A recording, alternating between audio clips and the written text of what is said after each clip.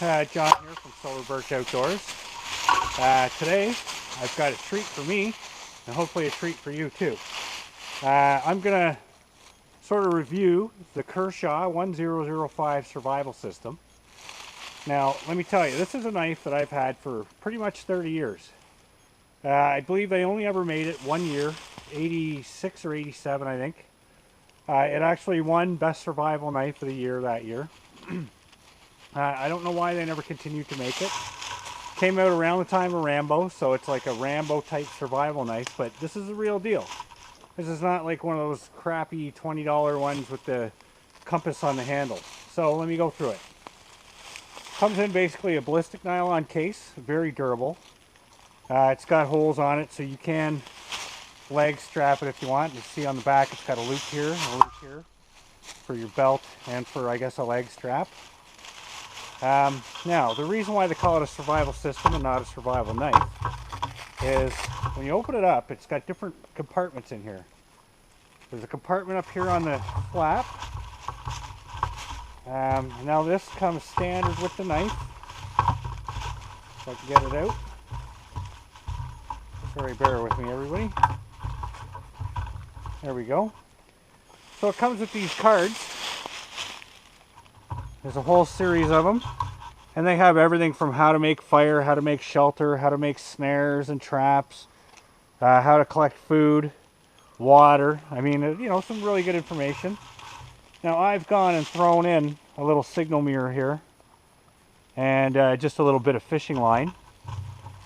You know, that's the good thing about this sheath is it's got a lot of room in it to. You can sort of make it like a. You know, almost a little survival kit. So it's great if you're just going for a day hike and you don't want to have to carry a whole ton of stuff. Now, down here, it's got a compass in it. And I got the instructions for the compass. Now, this is not the compass that came with it. To be honest, I don't even remember which compass came with it. It was a good quality one. I don't even remember replacing it, to be honest. And one time, I don't know if it came standard or not, I don't even remember. At one time I had a little sharpening stone in there. Like I said, I've had it almost 30 years. Okay, so the knife itself. Comes with this guard on the back, because as you can see, it's got a very aggressive saw in the back, which I will get into. Now let me just put the sheath down. Okay. So first, let me start off by showing you, it's got a hollow handle. This is like heavy steel. It's not, you know, cheap, let me tell you. Comes with a rubber O-ring, so it's waterproof. And it comes with this tube. I'm not going to open it up. As you can see, it's old. There's like matches and fishing lures or hooks and weights and what have you in there. You can pretty much customize this, put whatever you want in there. I think what I'll probably do eventually is empty all that out because I don't need a fishing kit basically, and I'll probably fill it with tinder. But you know, this heavy steel, like I said, with an O-ring, so it's waterproof. This is actually solid enough you can use it as a hammer. The knife itself, I don't have all the specs of course, but it's let's say I think it's about a 1/4 inch thick. It's Oz 8, which I think back then was, you know, kind of a new steel, and Kershaw did a really good job with it. So yeah, you can see it's the recurved blade with a false edge up here. And let me show you these. I don't know if it's going to focus on that very well, but this is very aggressive saw. And I find most knives just have, you know, the one set of teeth, where this is actually 2 sets of teeth that are offset, so it's an actual saw blade. Really my purpose for doing this, I've never actually had the knife out in the field to use it. I had 2 main questions. How well does this saw work? Because originally they advertised that you could saw metal and bone with it even. And the second thing I want to know is, can you baton with that? I keep picturing me hitting it with a baton and it's just like sticking to the knife. So anyways, let me get back into the knife itself.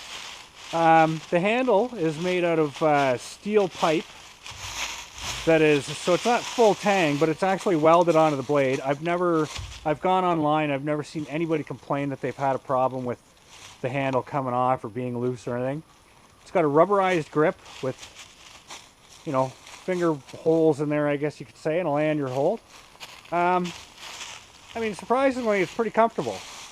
It's fairly thick, which is good. I have big hands. I've never actually sharpened this, so it's a 30-year-old blade. It's sharp. I mean, it's not razor sharp, but it's going to do the trick. So first thing let me do is, the standard test I see people do. You know, some feather sticking. Now this isn't the best wood. It's probably all punky and stuff, but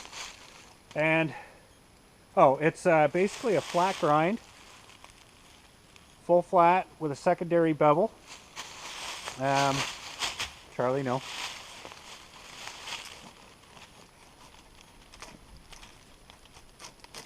Well, I mean, the weight on this is very nice. It's balanced a little heavy to the handle.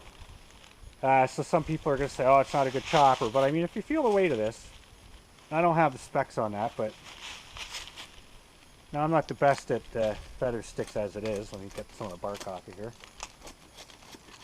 Now, one thing I noticed, yeah, you can put your finger here, but if you move it forward a bit, you're on that saw blade. And believe me, these teeth are sharp. But, yeah, I mean, you know, I see guys doing knife reviews and, oh, can it do feather sticks? I mean, any knife that's sharp will make feather sticks, you know what I mean? So, to me, that's not really,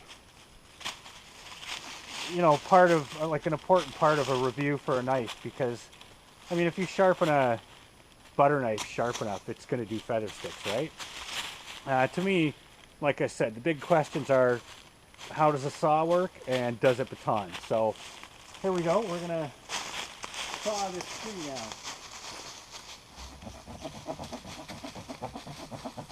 All right, get. No, get.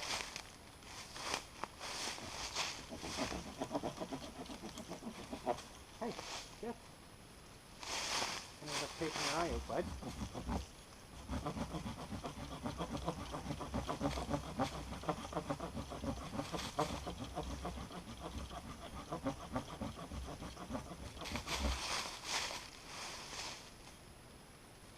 I don't know if you could see from there, but I mean, it's a 1/4 inch blade. It's putting a 1/4 inch notch in this wood.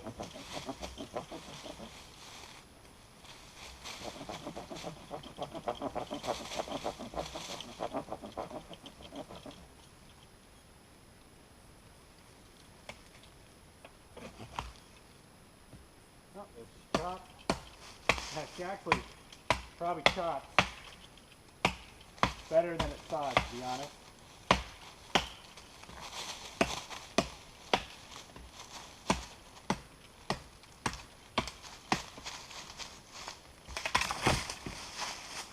Now, to be honest, I'm not impressed with the saw. Like, it's so aggressive, I thought it was just going to chew right through this. But, you know what, in a pinch, it saws. And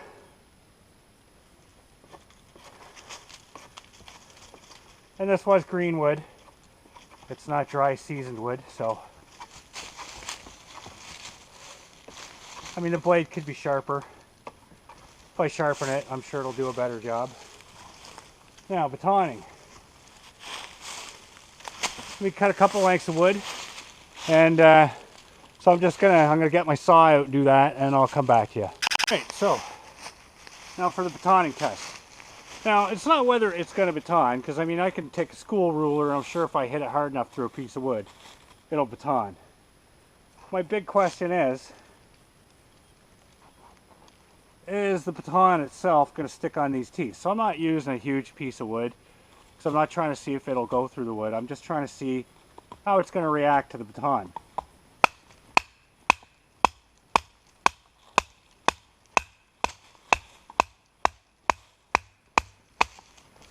Now, I'm surprised. I, to be honest, thought this was going to stick right to the back. But you can see it's done some damage to the baton. But honestly, not as much as I thought. This is a nice hard wood. But all in all, I mean, it's a, you know, it's a knife that came out before the bushcrafting craze hit. You know, back then, survival, even like outdoor survival, was kind of a, you know, an uncommon thing. You know, people did all their car camping and stuff, and you know, you had people like maybe Ray Mears that were out doing survival, and that's it. Um, all in all, you know, it's more of a curiosity, I guess, more of a collector's item.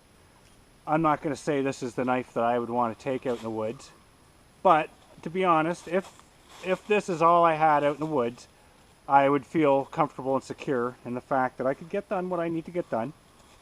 I mean, it is my first survival knife. You know, I've had other everyday carry pocket knives and stuff, but as far as this goes, I saw it in the store, and I mean, I went crazy, like batshit, like, because I didn't know any better.